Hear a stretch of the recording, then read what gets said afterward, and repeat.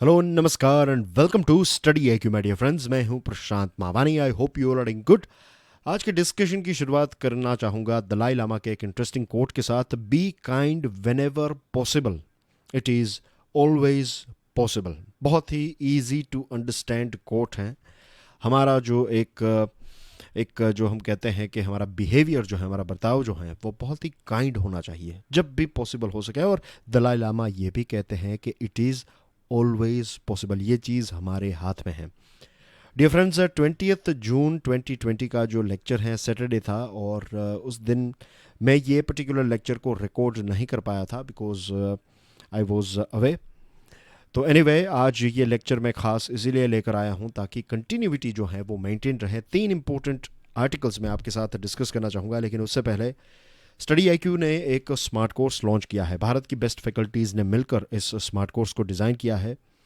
Pre और mains दोनों exams को कवर करता है ये स्मार्ट कोर्स। और ज़्यादा जानकारी के लिए आपको हमारा जो मोबाइल एप्लीकेशन है वो डाउनलोड करना होगा। सारी इन्फॉर्मेशन आपको हमारे मोबाइल ऐप के माध्यम से मिल जाएगी। आज के लेक्चर की पीडीएफ आपको टेलीग्राम चैनल के ऊपर से मिल जाएगी। You can follow me on Facebook. इस लेक्चर को दूसरे स्टूडेंट्स के साथ शेयर ज़रूर कीजिएगा। वीडियो पसंद आता है then hit the like button. Don't forget to subscribe to our YouTube channel. आज हमारे टेबल के ऊपर 3 इंटरेस्टिंग आर्टिकल्स हैं। डियर फ्रेंड्स, सैटरडेज़ को वैसे भी मैक्सिमम 4 आर्टिकल्स होते हैं, तो आज मुझे ये 3 इंटरेस्टिंग आर्टिकल्स मिले। एक इंडियन एक्सप्रेस से हैं, लेकिन सबसे पहले बात करेंगे क्राइसिस इन पेनिनसुला के बारे में। यहाँ पर किस क्षेत्र की बात हो रही है? पेनिनसुला, यहाँ पर हम बात कर रहे हैं कोरियन पेनिनसुला। कोरियन पेनिनसुला आपकी स्क्रीन के ऊपर है, तो ये पूरा पोर्शन जो है this is known as Korean peninsula. यहाँ पर 2 देश हैं, एक है नॉर्थ कोरिया और एक है south Korea. I am sure ऊपर ऊपर से तो आपको पता होगा कि नॉर्थ कोरिया और साउथ कोरिया के बीच में रिलेशनशिप जो है वो काफ़ी ख़राब है। 1950 से लेकर 53 तक कोरियन युद्ध चले। 53 में ये दोनों देशों ने कोई ऑफिशियल वॉर ख़त्म नहीं किया है, लेकिन युद्ध जो है वो बंद हो गया।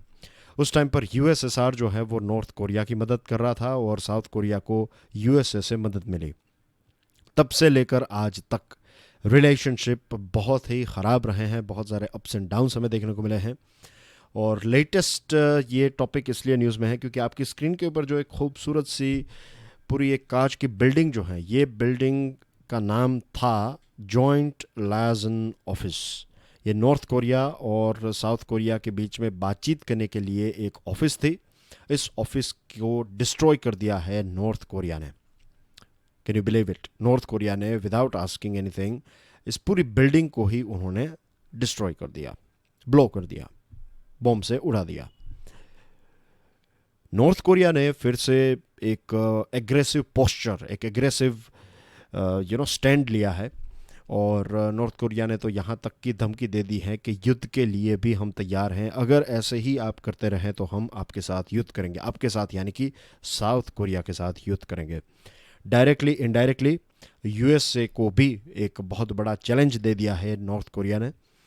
नॉर्थ कोरिया जो हैं इनके पास न्यूक्लियर वेपन्स आ चुके हैं, और शायद इसी वजह से यूएसए इनके ऊपर अटैक नहीं कर पाया है, या फिर एक लंबे टाइम से नॉर्थ कोरिया का जो एक एग्रेसिव बिहेवियर है उसको कंट्रोल दुनिया नहीं कर पाई है, क्योंकि उनके पास न्यूक्लियर वेपन्स हैं। और जहाँ तक मेरी समझ है, अगर ऐसी कोई कोशिश की भी जाती है तो वहाँ के जो लीडर हैं वो शायद सोचे नहीं और न्यूक्लियर वेपन्स को भी लॉन्च कर सकते हैं। इतना एग्रेसिव पोस्चर उन्होंने बार बार दिखाया। ये कोई पहली बार इस पर्टिकुलर टॉपिक के ऊपर मैं भी डिस्कशन नहीं कर रहा हूँ। आई एम श्योर मैं आप में से बहुत सारे स्टूडेंट्स जो मेरे पुराने लेक्चर्स आपने देखे होंगे तो इस पूरे टॉपिक के बारे में आप अच्छी तरीके से जानते होंगे। लेकिन एनीवे मैं फ्रेशली ही आपके साथ डिस्कशन कर रहा हूँ, क्योंकि जहाँ तक मुझे याद है एक लंबा वक्त हो चुका है जब हमने लास्ट टाइम इस पर्टिकुलर टॉपिक को डिस्कस किया था। तो बैकग्राउंड मैंने आपको दे दिया है कि नॉर्थ कोरिया और साउथ कोरिया के बीच में 1953 से 50 से 53 तक युद्ध चला। ऑफिशियली ये युद्ध ख़त्म नहीं हुआ है। साउथ कोरिया में कुछ सालों पहले की बात है, I think it's been 2-3 years now, अभी एक इलेक्शन हुआ था जिसमें फिर से जो वहाँ के मून जे इन हैं उनका फिर से जो करंट वहाँ के जो प्रेसिडेंट हैं तो फिर से वो इलेक्ट हुए हैं। लेकिन उनकी जो फर्स्ट टेन्योर थे वो फर्स्ट टेन्योर बहुत ही इम्पोर्टेंट एक माइलस्टोन है इन दोनों देशों की हिस्ट्री को लेकर, क्योंकि ये जो मून जे ई हैं, मून जे ई जो हैं, उनके बारे में ये कहा जाता है कि वो बहुत ही अच्छे डिप्लोमेट हैं, और उनके आने के बाद ही चीज़ों की शुरुआत हुई। नॉर्थ कोरिया और साउथ कोरिया के बीच में इंटरेस्टिंग डिस्कशन हुई, और उन्होंने ही, ये बताया जाता है कि उन्होंने ही ये पूरा सेटअप तैयार किया जिसमें किम जोंग उन और डोनाल्ड ट्रंप की मुलाकात हुई सिंगापुर में। 2018 की बात है। उसके बाद उनकी एक दूसरी मुलाकात भी हुई थी वियतनाम में, लेकिन ये दोनों मुलाकातें जो हैं वो फेल रही। बेसिकली नॉर्थ कोरिया ने एक डेडलाइन दी थी यूएसए को। यूएसए ने नॉर्थ कोरिया के ऊपर बहुत ही हैवी सैंक्शंस लगाए हैं। तो सैंक्शंस की वजह से नॉर्थ कोरिया जो है वो दूसरे देशों के साथ व्यापार नहीं कर सकता। तो नॉर्थ कोरिया ने ये डेडलाइन दी थी। ये 2018 से जब से बातचीत की शुरुआत हुई तो उस टाइम पर ये डेडलाइन दी थी उन्होंने लास्ट में कि 31 दिसंबर 2019 तक हम डी न्यूक्लियराइजेशन की टॉक्स जो हैं उसको ख़त्म करना चाहते हैं। तब तक ये पूरा जो प्रॉब्लम है सैंक्शन का और न्यूक्लियर का, ये सारी चीज़ें सॉल्व हो जानी चाहिए। अगर ये नहीं हुआ तो फिर हम भी अपनी तरफ से जो भी हमें ठीक लगेगा वो हम करेंगे, ऐसा नॉर्थ कोरिया ने यूएसए को बताया था। डेडलाइन दी थी 31 दिसंबर तक की। 31 दिसंबर 2019 तक ये प्रॉब्लम जो है वो सॉल्व नहीं हो पाया, और तब से नॉर्थ कोरिया ने मिसाइल टेस्ट करने की शुरुआत कर दी। फिर उन्होंने सियोल यानी कि साउथ कोरिया और यूएसए को वार्निंग सिग्नल्स भी दे दिए। दूसरी तरफ साउथ कोरिया में कुछ ऐसे ग्रुप्स हैं, उन्होंने एंटी नॉर्थ डिफेक्टर, ये जो ग्रुप्स हैं, इन्होंने कुछ लीफलेट्स बलून के माध्यम से बॉर्डर के उस पार यानी कि नॉर्थ कोरिया में कुछ लीफलेट्स जो हैं वो ऐसे बलून्स का इस्तेमाल करके लीफलेट वहाँ पर सेंड किए। और इस लिफलेट की वजह से नॉर्थ कोरिया के जो लीडर्स हैं वो काफ़ी गुस्सा हुए। उन्होंने साउथ कोरिया को बताया कि ये सारी चीज़ें जो हैं वो आप रोक दीजिए। साउथ कोरिया ने ऐसा कोई स्टैंड जल्दी नहीं लिया। तो फिर कुछ टाइम पहले की ही खबर है कि हॉटलाइन जो होती हैं दोनों देशों के बीच में, तो इसको बंद कर दिया। फिर ये ऑफिस जो हैं उन्होंने बंद कर दी, और अब खबर ये आ रही है कि वो बॉर्डर जो है नॉर्थ कोरिया साउथ कोरिया की, वहाँ पर ट्रूप्स यानी कि सोल्जर्स को भी डिप्लॉय करने वाले हैं, यानी कि वहाँ पर सोल्जर्स जो हैं उनको भी भेजने वाले हैं, बूस्टअप करने वाले हैं, ताकि युद्ध जैसा बेसिकली एक पोस्चर जो है वो काफ़ी एग्रेसिव पोस्चर दिखा रहा है नॉर्थ कोरिया। जैसे मैंने बताया कि सिंगापुर में पहली बार ऐसा हुआ कि 2018 की बात है कि एक करंट प्रेसिडेंट यूएसए के एक नॉर्थ कोरिया के लीडर को मिले। ये 50s के बाद पहली बार ऐसा हुआ, और ये एक बहुत ही हिस्टोरिक मीटिंग थी। ऐसा लग रहा था कि सारी चीज़ें सॉल्व हो जाएगी, लेकिन सॉल्व नहीं हुई। यूएसए ने यह बताया कि आप कंप्लीट डी न्यूक्लियराइजेशन कीजिए। मिस्टर किम ने कहा कि ओके, हम इसको करने के लिए तैयार हैं, आप सैंक्शंस जो हैं वो हटा दीजिए। यूएसए ने यह कंडीशन रखी कि हमें कंप्लीट वेरीफाइबल और इरिवर्सिबल न्यूक्लियराइजेशन, डी न्यूक्लियराइजेशन चाहिए, इरिवर्सिबल डी न्यूक्लियराइजेशन। इसको लेकर नॉर्थ कोरिया नाराज़ हो गया। नॉर्थ कोरिया के लिए चिंता का विषय ये है कि एक बार अगर हम हमारे हथियार को डाल देंगे, हमारे जो न्यूक्लियर वेपन्स हैं उनको अगर हम त्याग कर देंगे उनका, तो फिर सदाम हुसैन के साथ जो हुआ, मोहम्मद गद्दाफी के साथ जो हुआ लिबिया में, सदाम के साथ जो इराक में हुआ, कि यूएसए की फोर्सेस वहाँ पर पहुँच जाएगी और फिर अटैक किया जाएगा और पूरे देश के ऊपर एक कंट्रोल कर लेंगे। तो ये एक चिंता का विषय है नॉर्थ कोरिया के लिए। और नॉर्थ कोरिया कह रहा है कि आप सैंक्शंस हटाइए, हम धीरे धीरे करके वेपन्स जो हैं उनको ड्रॉप कर देंगे। यूएसए का कहना ये है कि आप जब डी न्यूक्लियराइज हो जाए तब बताना, तब हम सैंक्शंस जो हैं वो हटा देंगे। राइट, तो इस पर्टिकुलर चीज़ को लेकर बातें जो हैं वो बिगड़ गई हैं। अब मिस्टर ट्रंप का ध्यान अपनी तरफ खींचने के लिए शायद इस प्रकार का बिहेवियर जो है वो नॉर्थ कोरिया कर रहा है। तो ये एक बहुत ही चैलेंजिंग टाइम है, ख़ास करके जापान के लिए, साउथ कोरिया के लिए, क्योंकि नॉर्थ कोरिया का पहले भी बिहेवियर जो है वो काफ़ी एग्रेसिव रहा है। और मिस्टर ट्रंप की बात करें तो ऑलरेडी कोरोना वायरस के साथ वो जूझ रहे हैं। उनकी इकोनॉमी जो है यूएसए की, वो भी काफ़ी कोरोना वायरस के साथ जूझ रहे हैं। इसका मतलब है कि उनका देश जो है यूएसए जो है वो कोरोना वायरस के साथ एक स्ट्रगल में है। इकोनॉमिकल सिचुएशन भी थोड़ी बहुत ख़राब हो चुकी हैं। और लेटेस्ट करंट अफेयर्स की बात करें यूएसए की, तो एंटी रेसिज्म प्रोटेस्ट भी वहाँ पर चल रहे हैं और दूसरी तरफ ये खबर आ रही है, तो चैलेंजेस जो हैं वो काफ़ी बढ़ चुके हैं। अब इसका क्या होगा फ्यूचर, वो बताना तो थोड़ा मुश्किल है। अब best thing that we can do is wait and watch. Next topic जो है ये है in new lockdown a second chance for Tamil Nadu. Tamil Nadu में कोरोना वायरस के कंफर्म्ड केसेस 54,449 तक पहुंच गए हैं। दिस इज एज पर 19 जून 2020। महाराष्ट्र के बाद सेकंड हाईएस्ट नंबर्स यहाँ पर हमें देखने को मिले हैं। महाराष्ट्र में टोटल 1,20,500 जितने केसेस हैं। दिल्ली जो है वहाँ पर कुछ 50,000 जितने केसेस हैं। तो फर्स्ट नंबर पर हैं महाराष्ट्र, सेकंड नंबर पर है तमिलनाडु और थर्ड नंबर पर है दिल्ली इन नंबर ऑफ केसेस। तमिलनाडु में खास करके चेन्नई की बात करें तो वहाँ पर नंबर्स जो हैं वो स्टेडीली इंक्रीज हो रहे हैं, धीरे धीरे बढ़ रहे हैं। 20 मई 87 लोगों की मृत्यु हुई। 19 जून का देखिए आप 16 फोल्ड उसमें राइज हमें देखने को मिला। दिल्ली की बात करें तो 15 जून से कॉन्स्टेंटली 40 से ज़्यादा लोगों की मृत्यु हो रही है दिल्ली में। The state has been increasing the number of tests carried out each day since 20th May. Tamil Nadu जो है 20th मई से नंबर ऑफ टेस्ट जो हैं उन्होंने काफ़ी इंक्रीज कर दी है। तमिलनाडु ने कुछ 8 लाख जितनी टेस्ट की हैं। महाराष्ट्र ने 7,19,000 जितनी टेस्ट महाराष्ट्र ने की है, लेकिन उससे भी ज़्यादा टेस्ट जो है वो तमिलनाडु ने की है। तो ये एक अच्छी बात है।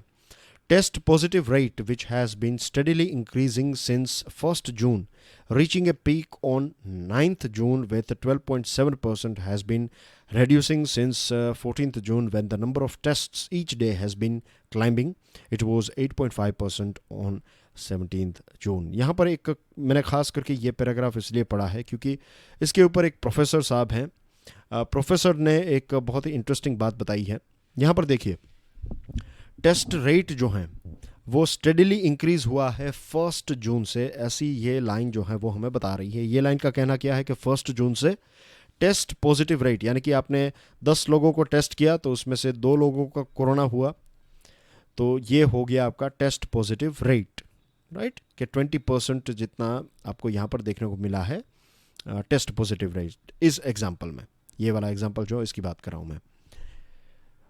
9 जून को कितना था? 12.7% जितना टेस्ट पॉजिटिव रेट था। लेकिन 14 जून के बाद ये नंबर जो है ये ड्रॉप हुआ है। अब ये नंबर ड्रॉप क्यों हुआ है? ये नंबर इसलिए ड्रॉप हुआ है क्योंकि टेस्ट जो है वो बहुत ज़्यादा इंक्रीज़ की गई है। अच्छी बात है, टेस्ट ज़्यादा इंक्रीज़ जब होती है तो I will give you very quickly, right. मान लीजिए कि आपने एक दिन में 1 लाख टेस्ट की, तो 1 लाख टेस्ट की और आपको 2,000 लोगों को corona virus test positive rate 2,000 लोगों को कोरोना वायरस हुआ है, तो ये आपको लगेगा कि अच्छा ये तो सिर्फ 2% ही है। लेकिन आपने ज़्यादा लोगों की टेस्ट की, इसीलिए ये आंकड़ा कम आपको नज़र आ रहा है। आपने सिर्फ 10,000 लोगों को उस एरिया में टेस्ट किया होता और 2,000 को कोरोना होता तो हम कहते कि 20% जितना है। तो ये एक चीज़ जो है उसके ऊपर प्रोफेसर साहब ने बताया। लेकिन ये अच्छी बात है कि टेस्टिंग जो है वो काफ़ी अच्छी हो रही है। और यहाँ पर ये भी बताया है प्रोफेसर साहब ने कि combination of good surveillance and higher prevalence of the virus, कि एक तरफ आपने जो सर्वेलेंस है वो काफ़ी अच्छा रखा है और दूसरी तरफ वायरस जो है वो भी काफ़ी फटाफट फैल रहा है, तो इसकी वजह से ये नंबर जो है वो इंक्रीज़ हो रहे हैं। But he is quick to add that surveillance could have remained constant and not drastically changed in a matter of few days, and hence the increase in test positive is more a reflection of higher prevalence of infected people in community. अब ज़्यादा लोगों को test करें और percentage जो है वो थोड़ा इंक्रीज़ हुआ है, तो इसका मतलब ये है कि कम्युनिटी में ये स्प्रेड जो है ये कोरोना वायरस ये काफ़ी ज़्यादा स्प्रेड हो रहा है या फिर स्पीडीली स्प्रेड हो रहा है, ऐसा हम कह सकते हैं। तमिलनाडु के एडजॉइनिंग एरिया में, खासकर चेन्नई के एडजॉइनिंग एरिया में, as we all know adjoining जो डिस्ट्रिक्ट्स है तो वहाँ पर एक लॉकडाउन किया गया है। इसके बारे में हमने डिस्कशन की थी, रिमेंबर। तो बेस्ट रास्ता कौन सा है? धारावी में जो किया, धारावी जो है ये एशिया का लार्जेस्ट स्लम है। वहाँ पर आपको पता है कि सिचुएशन फैसिलिटीज़ ना के बराबर हैं। स्लम में क्या आपको फैसिलिटी मिलेगी, राइट। लगभग वहाँ के कुछ 80% लोग जो हैं वो कॉमन टॉयलेट्स यूज़ करते हैं।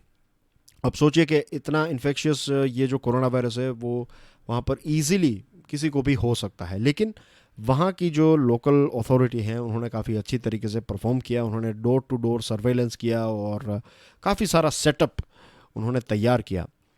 तो सेम चीज़ जो है धारावी ने जो किया, धारावी के लोगों ने जो किया, वहाँ की अथॉरिटी ने जो किया, यही सारी चीज़ें चेन्नई और उसके नज़दीकी एरिया में की जा सकती है। तमिलनाडु सरकार जो है वो ये सारी चीज़ें कर सकती हैं। साउथ कोरिया ने क्या किया था, साउथ कोरिया ने मास्क को प्रमोट किया, तो मास्क और हैंड हाइजीन को प्रमोट करना होगा हमें।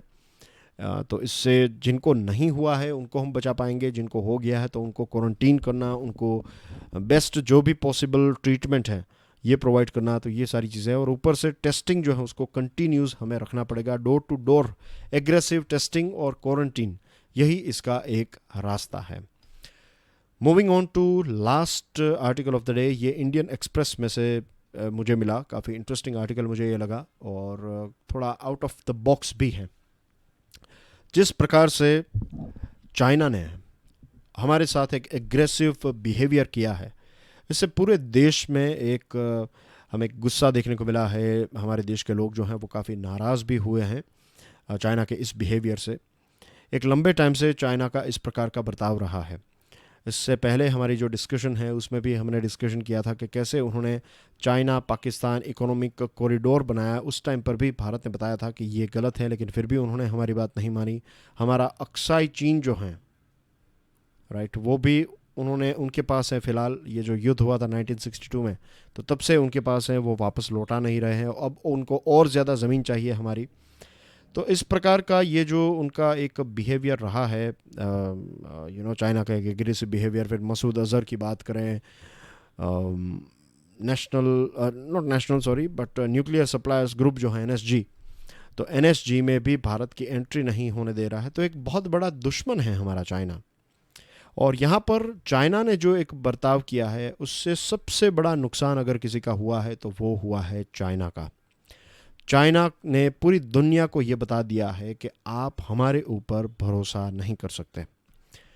दुनिया के बहुत सारे ऐसे देश हैं जो भारत के ऊपर आंख बंद करके भरोसा करते हैं। दुनिया के बहुत सारे देश ऐसे हैं जहाँ पर अगर आप वहाँ पर कहीं पर आप घूम रहे हैं और आप उनको पता चलेगा कि आप भारत से हैं, तो आपको उनकी आंखों में नज़र आएगा कि वो भारत के प्रति कितना एक एक भारत के लोगों को, भारत देश को कितना प्यार करते हैं। मैं अफ्रीका के देश की बात कर रहा हूँ, मैं आपको ये जो आसियान देश हैं वहाँ पर भी ऐसे इंसिडेंट्स होते हैं लोगों के साथ। सेंट्रल एशिया में ऐसे इंसिडेंट्स होते हैं लोगों के साथ कि जब वहाँ पर जाते हैं। यूरोप के भी बहुत सारे ऐसे देश हैं जहाँ पर अगर आप जाएंगे तो दे विल रिस्पेक्ट यू कि आप इंडिया से हैं, क्योंकि इंटरनेशनल लेवल के ऊपर, अलग अलग लेवल के ऊपर, इसराइल में फॉर एग्जांपल आप जाएं तो उनको पता चले कि you are from India, they will love you, वो आपको रिस्पेक्ट करेंगे, क्योंकि उनको पता है कि भारत के लोगों ने थ्रू आउट द हिस्ट्री, एक 2007 में एक मैगज़ीन है जो एक ज्यूज़ कम्युनिटी की ये एक मैगज़ीन है, तो इस मैगज़ीन में 2007 में एक आर्टिकल था कि शायद भारत अकेला ऐसा देश है पूरी दुनिया में कि जहाँ पर यहूदी यानी कि ज्यूज़ के साथ कभी भी बुरा बर्ताव नहीं हुआ है। 2400 से, इतने साल हो गए, 2400 ईयर्स से ज्यूज़ जो हैं वो हमारे देश में रहते आए हैं, लेकिन कभी भी ऐसा कोई इंसिडेंट उनकी पूरी कम्युनिटी के खिलाफ लोगों ने कुछ किया हो, ऐसा कभी भी नहीं हुआ है इन 2400 ईयर्स में। तो सोचिए कि ये एक ट्रस्ट जो है, ये ट्रस्ट एक दिन में आप जीत नहीं सकते, हज़ारों सालों की मेहनत होती है इसमें, लेकिन इसको तोड़ना जो है वो सिर्फ एक ही सेकंड का काम है, और यही किया है चाइना ने। चाइना ने भारत का और दुनिया का भरोसा जो है वो तोड़ दिया है। 1962 में जो हुआ था उसके बाद लगभग 25 सालों तक, क्वार्टर सेंचुरी तक रिलेशनशिप जो है वो ख़राब रहे। अब ये बताया जा रहा है कि ये जो किया है इससे तो रिलेशनशिप जो है वो और ज़्यादा लंबे टाइम तक ख़राब रह सकते हैं। Beijing is actually sensitive to power differentials. Beijing को पता है कि भारत जो है वो कोरोना वायरस के साथ स्ट्रगल कर रहा है, और थोड़ी बहुत वीकनेसेस जो हैं वो हर एक देश की होती है। बीजिंग की या फिर चाइना की आर्मी अगर स्ट्रॉन्ग है तो हमारी नेवी स्ट्रॉन्ग है, राइट। वो अगर हमें कुछ ऐसे पॉइंट्स हैं, ये पूरा पहाड़ी विस्तार है आपको पता है, तो कुछ ऐसे लोकेशंस होते हैं जहाँ पर चाइना का अपर हैंड, तो कुछ ऐसे लोकेशंस हैं जहाँ हमारा अपर हैंड है। लेकिन ऐसा बिहेवियर जो है, ये बिहेवियर भारत के लोग आई डोंट थिंक सो कि अब भूलेंगे। यहाँ पर तो एक बॉयकॉट चाइना का कैंपेन भी चल रहा है और मीन्स लोगों ने तो चाइना के प्रोडक्ट्स जो हैं उनको खरीदने से भी मना कर दिया। अब ये कितने लंबे टाइम तक चलेगा दैट्स अ डिफरेंट थिंग, लेकिन एक सीड्स जो हैं वो तो हमें देखने को मिल गए हैं। अब लोग जो हैं वो चाइना के प्रोडक्ट्स को जितना हो सके उतना इग्नोर करने की कोशिश करेंगे। By all account, Beijing feels confident that it can confront all the major powers simultaneously. Beijing इस false confidence में चल रहा है कि वो एक साथ यूएसए, इंडिया, फिर ऑस्ट्रेलिया, जापान, दूसरे ये जो पावरफुल कंट्रीज है, एक साथ सभी के साथ लड़ सकता है। इतना ताकतवर बन गया है बेइजिंग, ऐसा उनका मानना है। लेकिन इतिहास के पन्नों को अगर हम पलटें तो ऐसा ही फॉल्स कॉन्फिडेंस इम्पीरियल जापान का भी था, ऐसा ही कॉन्फिडेंस नाजी जर्मनी का था। ऐसा लग रहा था कि वो अनस्टॉपेबल हैं, कोई उनको रोक नहीं सकता, कोई कुछ उनको कर नहीं सकता। लेकिन ये सारी चीज़ें जो हैं वो गलत साबित हुई। नाजी भी हार गए, इम्पीरियल जापान भी हार गया। चाइना का बिहेवियर जो है वो सिर्फ हमारे साथ ऐसा नहीं है, उन्होंने भूटान के साथ भी ऐसा बिहेवियर किया है। उन्होंने आसियान के देश वियतनाम के साथ उनके झगड़े चलते रहते हैं, फिलीपाइंस के साथ झगड़े चलते रहते हैं, ताइवान के साथ बिहेवियर उनका ख़राब रहता है, जापान के साथ उनका बिहेवियर ख़राब रहता है, यहाँ के कुछ देशों के साथ भी उनके इश्यूज़ चलते रहते हैं। तो जो हिस्टोरिक राइट्स हैं, इंटरनेशनल लॉ एंड ऑर्डर जो हैं, उनक्लोज फॉर एग्जांपल, तो इसके जो उनक्लोज के रूल्स एंड रेगुलेशंस हैं उनको भी नहीं मानता है जापान, अब सॉरी चाइना, राइट। ये साउथ चाइना सी के ऊपर जो एक आदेश आया था तो इसको रिजेक्ट कर दिया चाइना ने, बताया कि हम आपकी बातों को नहीं मानेंगे। तो ये जो एक बिहेवियर है ये कहीं ना कहीं हमें इम्पीरियल जापान, नाजी जर्मनी की याद दिलाते हैं। सोवियत यूनियन जो है उनको भी ये लग रहा था कि सोवियत रशिया को ये लग रहा था कि 1970s में अमेरिका जो है वो टूट जाएगा, ऐसा टूटेगा कि वो कभी वापस अपने पैरों पर खड़ा नहीं हो पाएगा, क्योंकि अमेरिका और वियतनाम के बीच में युद्ध हुआ था और इसमें अमेरिका की हार हुई थी। लेकिन क्या अमेरिका टूट गया? Of course not. दुनिया के देश जो हैं वो और ज़्यादा अच्छी तरीके से बाउंस बैक हुए और टूटा तो फिर 1991 में Soviet Union. Same thing happened with this two countries as well. तो अब भारत जो हैं अपने डेमोक्रेटिक और फ्रेंडली नेशंस के साथ मिलकर एक ग्रुप बना सकता है और चाइना को रोकना जो है वो बहुत ही इम्पोर्टेंट, क्योंकि ये पूरी दुनिया के लिए एक लेसन है कि आज अगर वो भारत के साथ इस प्रकार का बिहेवियर कर सकता है तो आप सोचिए छोटे देशों के साथ उनका बिहेवियर कितना ख़राब होगा। भारत कोई कमज़ोर देश तो है नहीं, इतना ताकतवर देश है, तो उनके साथ भी ऐसा बिहेवियर आप कर सकते हैं। तो फिलीपाइंस, वियतनाम जैसे देशों के साथ आपका बिहेवियर किस प्रकार का होगा आप सोचिए।